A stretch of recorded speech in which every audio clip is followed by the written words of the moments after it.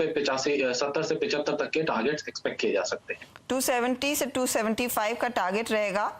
ये है फिलहाल आपके लिए दूसरा trade AB fashion and retail का, और यहाँ पर भी आप देखिएगा तेजी ही देखने को मिली, करीब 4% ऊपर दरअसल ये काउंटर ट्रेड करता हो। और ओवरऑल इस समय जो थीम बन रही है वो फेस्टिव थीम बन रही है, कंजम्पशन से ड्रिवन थीम है, और ऐसे स्टॉक्स ऑफ कोर्स फिर तेजी दिखाएंगे। तो एबी फैशन एंड रिटेल वो अगला ट्रेड आया है जहां पर आप तेजी करेंगे। 270 275 तक के टारगेट के लिए एक मौका यहां पर आप लेकर चलें। ये है फिलहाल आपके लिए सेकंड पिक गौरव का। अमित, आपने शुरुआत एचडीएफसी बैंक के साथ की, बताइए एक और जगह खाली है, कोई ट्रेड है इस समय हाथ में? नहीं, इस समय अर्शिता मैम कोई ट्रेड हाथ में नहीं है। मैं during the day second trade लूंगा अपनी। During the day second trade आएगा। चलिए रूपक से भी पूछेंगे क्या इनके पास कोई ट्रेड इस समय है या नहीं, लेकिन फिलहाल एक रीसेंट लिस्टिंग जिसके नतीजे आ चुके हैं उसकी बात करते हैं। स्टॉक आपकी स्क्रीन पर लेकर आएंगे राज रतन ग्लोबल का। वाया स्पेस की कंपनी है ये। रेवेन्यूज में इजाफा देखने को मिला है, 1823 करोड़ से बढ़कर दरअसल ये आंकड़ा 2412 करोड़ पर आया। एबिटा में ग्रोथ है 360 करोड़ से बढ़कर ये आंकड़ा 507 करोड़ पर। मार्जिन्स इंप्रूव हुए हैं, सेल्स वॉल्यूम में भी इजाफा है। स्टॉक है अपर सर्किट पर, 5% का अपर सर्किट है इसमें।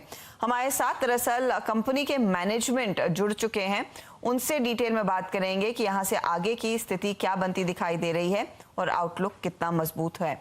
सुनील चोरडिया हमारे साथ हैं। Sir good morning. ये क्वार्टर मजबूत रहा, बताइए डिमांड किन किन ज्योग्राफीज में सबसे ज्यादा इस समय बनती दिखाई दे रही है, और क्या आपको लग रहा है अब यहाँ से और भी मजबूत होती दिखाई देगी?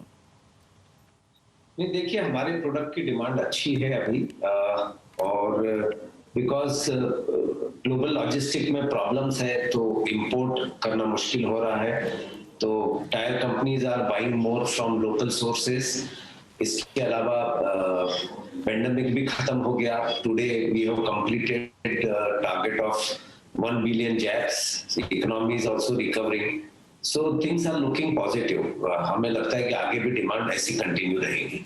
क्योंकि आपके products automobile, construction, engineering side पर इस्तेमाल होते हैं, सबसे ज्यादा डिमांड किस पर्टिकुलर सेगमेंट से आ रही है इन स्टील वायर्स की, और स्पेशली ऑटो पर अगर आप कोई विजिबिलिटी दे सके, क्योंकि ऑटो में इस समय वो सेमीकंडक्टर की क्राइसिस, उससे हमने देखा है कई कंपनियों ने अपने प्रोडक्शन को रोका है या फिर कम किया है, उसका क्या कुछ इम्पैक्ट पड़ा है आपकी डिमांड पर? नहीं, देखिए हम मेनली टायर बीड वायर बनाते हैं, जो which is a raw material for making tyres. So सब टायर कंपनी हमारी कस्टमर है।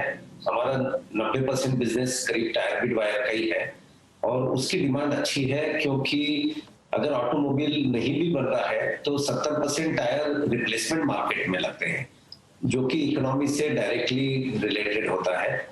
अभी चूंकि इकोनॉमी रिवाइव हुई है, सब कुछ खुल गया है, movement of trucks, movement of people, mobility बढ़ गई है, सो टायर की डिमांड अच्छी है और सब टायर कंपनियां करीब करीब पूरे प्रोडक्शन पे है।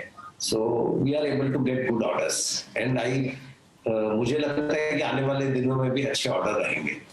सर रॉ मटेरियल कॉस्ट को लेकर कोई चिंता at this point in time? मैं देख रही हूँ आपके मार्जिन्स में एक्सपेंशन है, लेकिन आपका इनपुट कॉस्ट भी in the last few months बढ़ा है, उसको कैसे ऑफसेट कर रहे हैं? क्या प्राइस हाइक पास ऑन कर रहे हैं अपने क्लाइंट्स को?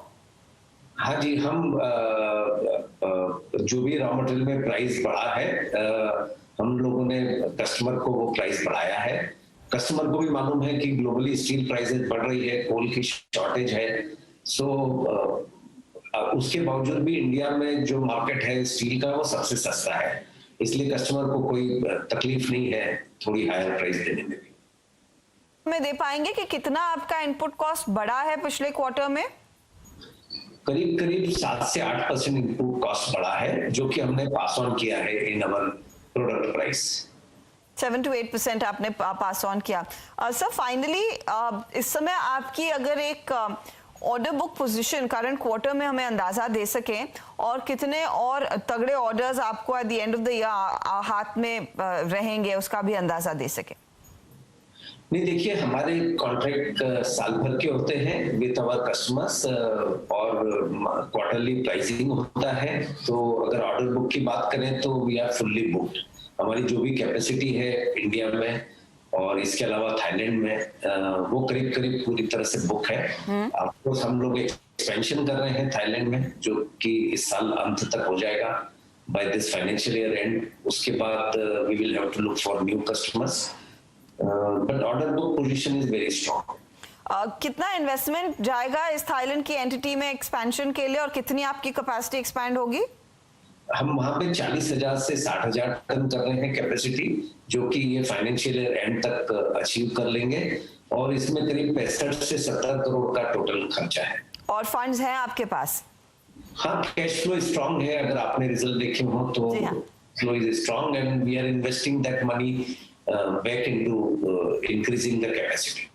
Point taken. बहुत बहुत शुक्रिया सुनील चोरडिया साहब हमारे लिए समय निकालने के लिए। तो कमेंट्री मजबूत, कैपेसिटी एक्सपेंशन ऑफ कोर्स इनके थाईलैंड के प्लांट में, और डिमांड स्ट्रांग है। जो भी प्राइस हाइक आ रहा है इनपुट कॉस्ट के चलते, उसको पास ऑन किया जा रहा है क्लाइंट्स को। स्टॉक में अब ज्यादा मूव देखेंगे नहीं, क्योंकि अपर सर्किट पर लॉक्ड है। 5% का अपर सर्किट है दरअसल इस पर्टिकुलर ट्रेड में। वक्त हो रहा है एक ब्रेक का, लेकिन ब्रेक में जाते जाते IRCTC आपकी स्क्रीन पर लेकर आएंगे।